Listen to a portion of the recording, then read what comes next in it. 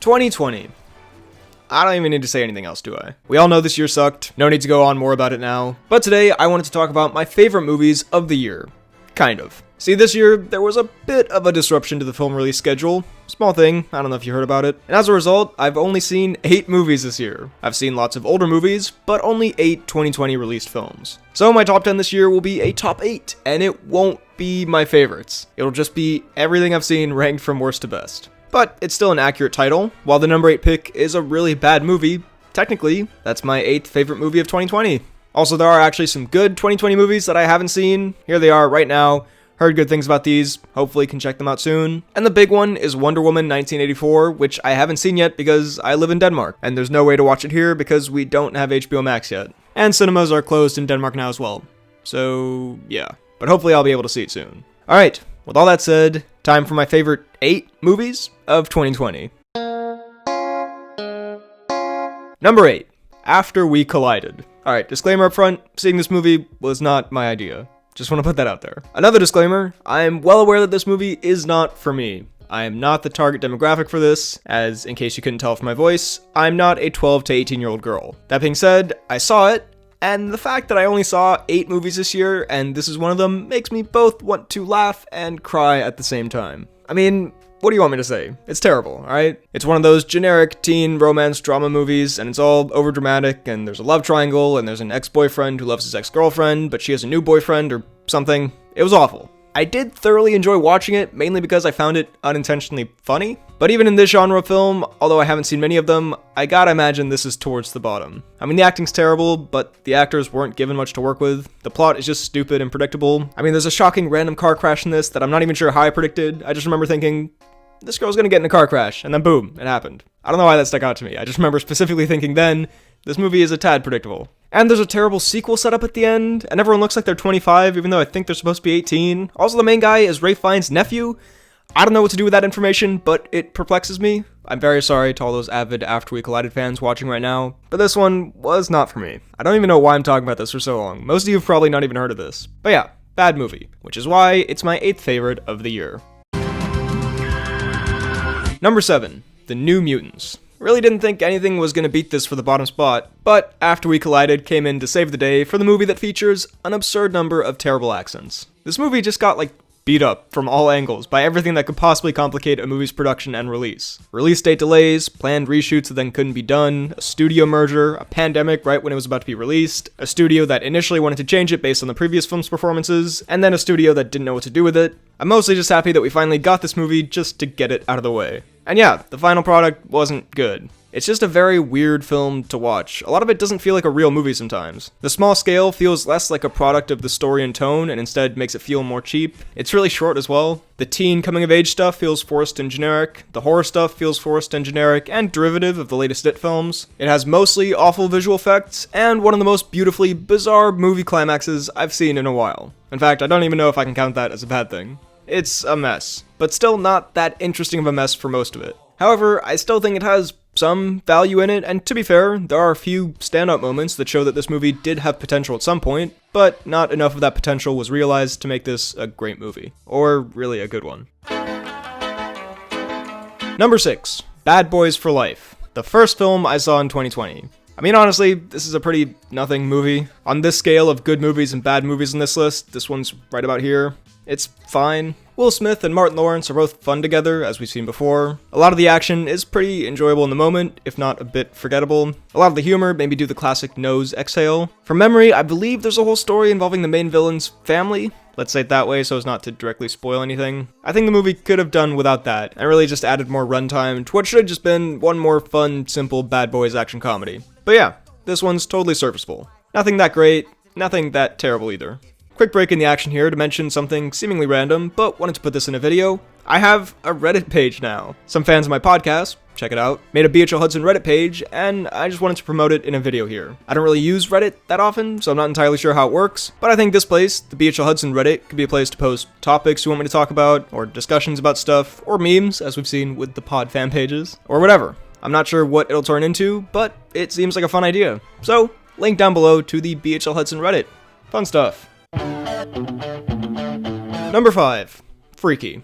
I really really cannot believe that Freaky, the Vince Vaughn body swap horror comedy, is my number 5 of the year. If there were ever a sign that 2020 might have gone slightly wrong, this is it. Look, this movie isn't great, and as a film, it might be worse than Bad Boys for Life, realistically. I was flipping these two around for a while, but ultimately, what decided it is realizing that this is my list of films ranked by how much I enjoyed them, and I did have a pretty fun time watching this movie, I can't lie. It's stupid and predictable, but also has a certain charm to it. I really like the premise of this film, a very stereotypical horror film about a serial killer killing teenagers, except the killer and the victim swap bodies. And while the film doesn't necessarily do a ton with that premise beyond what you would expect, it's still a pretty enjoyable watch. Vince Vaughn follows in the footsteps of Jack Black in Jumanji and puts in quite a funny performance as a teenage girl. Catherine Newton is actually pretty good at playing the creepy Vince Vaughn character. It has plot holes and dumb moments, but that's what you'd expect for this kind of film. I think I can safely recommend watching this with a group of friends, if you've all tested negative and followed the guidelines and all that, of course. Little PSA here.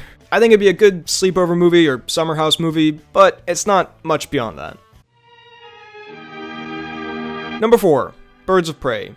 This movie pleasantly surprised me. Not all of it is great, but I would say the worst parts of it are just fine, whatever, not good but not terrible, and the best parts of it were surprisingly excellent, a lot better than I was expecting. The two standout things about this film for me are A, the villain, and B, the action. Ewan McGregor plays a hilarious yet still scary villain, which is tough to do. He did that perfectly, and the action was some of the best action I've seen in a superhero film in a while. This is probably top 10 superhero movies in terms of just action, purely. Maybe top 15, I don't know. But the stunt work and choreography, the use of slow motion, and the film being able to use that R rating leads to some beautifully done and often delightful action set pieces. The cast is quite good all around, although some of their team building chemistry moments did feel a bit forced, especially the conversation in the diner at the end. And the Deadpool-esque humor was a bit hit and miss for me, but generally an exciting and quite fun superhero film that surprised me in quite a few ways. Number 3. Tenet. Tenet is exactly what you'd expect a Chris Nolan time travel film would be. It takes a simple and pretty universal idea like time travel, and then looks at it from an extremely specific and quite complicated angle. And while on the first viewing, it can be a hard film to follow at points, if you can keep up, it's a really rewarding one. The James Bond meets Inception style of the film makes it a slick, exciting, tense experience that's bolstered by some very charming main performances and a stand-up performance by Elizabeth Debicki. It's one of Nolan's funnier films. It's definitely not a comedy, but Washington and Pattinson certainly have their moments. The action sequences are jaw-dropping, complex, and gorgeous, and on the whole just extremely impressive. The whole film is beautifully shot, the twists throughout keep you on your toes. It is a great movie. It is more on the technical side rather than the emotional side, although that is Nolan's style and the film isn't completely without emotion. Again, Debicki puts in a fantastic performance. And it's not necessarily an easy film to watch. It's one you've really got to be committed to when you start it up, but if you do commit to it, it's a pretty excellent film in my opinion. Number 2.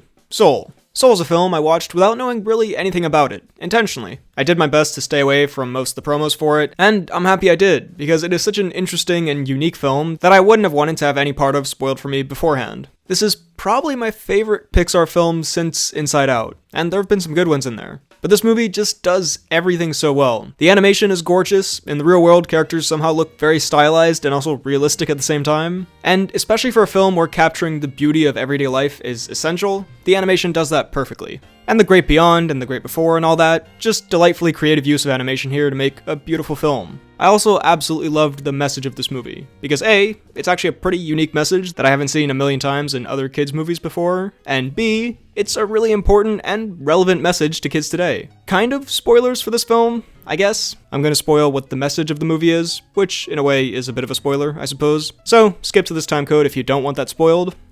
3, 2, 1, okay? So, the message of the film is to enjoy the little parts of life and to live the journey, not just the goal. It's a bit similar to Tyson Fury's story of how he was so focused on becoming the heavyweight champion, and then after he achieved that goal, he became depressed because he didn't know what to do with himself. And I think, especially today, there's a culture of always moving a million miles an hour and only trying to achieve greatness without enjoying the journey. I feel like that idea is more prevalent or promoted nowadays. And of course, you should definitely have goals and work hard towards them, but also don't forget to live, you know? And I think that's a perfect message to send to kids. So I absolutely love that and the way it was communicated. I will say, I don't know how much little kids would like this movie. Like little kids. For that demographic, it does deal with some pretty complex themes and ideas, and it's a bit more complicated than a lot of other Pixar movies. I feel like Pixar makes two types of movies. The fine, serviceable kids films, and then the deep, existential, thought-provoking, beautiful ones. And yeah, this is probably the furthest on the spectrum of most thought-provoking or most existential that'll probably go over the heads of really little kids. But I think maybe ages 8 or 9 and up will get it. And it does have its very funny moments as well that kids will enjoy, and that I got a good laugh out of as well. It also made me tear up a few times. It's wonderfully creative in a lot of aspects of the story and animation. I thought it was going to follow a pretty cliche Pixar story of this guy goes to the soul world and then just explores various aspects of that for the whole movie, going on this journey, but it switched it up quite a bit from what I was expecting. Although I love the message, I am a little conflicted on how the film actually ends, although I won't get into that now so as not to spoil just everything. But overall, an excellent film, definitely worth checking out, has a lot to say about life, and is beautifully crafted. Now, before we get to the number 1 spot, here are some honorable mentions that couldn't quite make the main list. Oh, right. And my number 1 favorite movie of 2020 that I was able to see is Guy Ritchie's The Gentleman. Soul and Tenet were both good, but this is the film I really feel confident saying, if every other 2020 movie had come out this year as expected, I still have a feeling this would have been in my top 10, and probably my top 5. That's how good this is. Actually, maybe Soul as well, realistically. But still, The Gentleman is just so much damn fun. It has so many memorable, distinct, hilarious characters, all perfectly cast, especially Hugh Grant in a performance that caught a lot of people off guard, since it strays from what we're used to seeing him as. And Guy Ritchie's style, as if it needs to be said, works perfectly for this kind of crime comedy film. You can tell that these are the movies Guy Ritchie has the most fun making, and that translates to the experience of watching them being an absolute blast. This is like the new update of Snatch, and I might even like it more than Snatch. It's laugh-out-loud funny, features a genuinely good original song from Bugsy Malone. The sometimes overly complex story never makes the scenes hard to follow, and instead just allows for fun crossovers of plotlines. It's very rewatchable, great soundtrack, it's just my exact kind of movie. If you haven't seen it, I can't recommend The Gentleman enough, and look at that. Another point to prove that 2020 has been weird. My favorite film of the year came out in January, which was previously known as a sort of dumping ground for movies. Isn't that something? Now normally, in these top 10 of the year videos, I do a little retrospective on the past year and my channel and what's coming in the future, but I'm actually going to save that for its own video for when I hit 50,000 subs, which hopefully will happen before too long. Instead of doing a Q&A this time, I just want to talk about some stuff that I've wanted to talk about for a while in regards to this channel and me and all that. So yeah, it would just be kind of redundant if I went into that stuff more now. But to give a little end of year message here, thanks for a great year, both on this channel and the podcast channel. I've started to finally get some momentum going again in terms of having the time to make content, and that also adds to my motivation to make content. And I'll just say, expect some cool stuff in 2021. I'm just getting started. And with that, let's go to the outro. So, those were all the movies I saw in 2020 ranked from my least favorite to my favorite. What do you think of my ranking, and which of the movies that I haven't seen should I prioritize and watch first? Let me know all of your thoughts down below in the comments. While you're at it, be sure to like this video, check out my Instagram and Twitter at BHL_Hudson, check out this podcast I do with a friend of mine, it's called The Poorly Planned Podcast, and subscribe for more videos like the one you just watched. Thanks for watching, and I'll see you next time.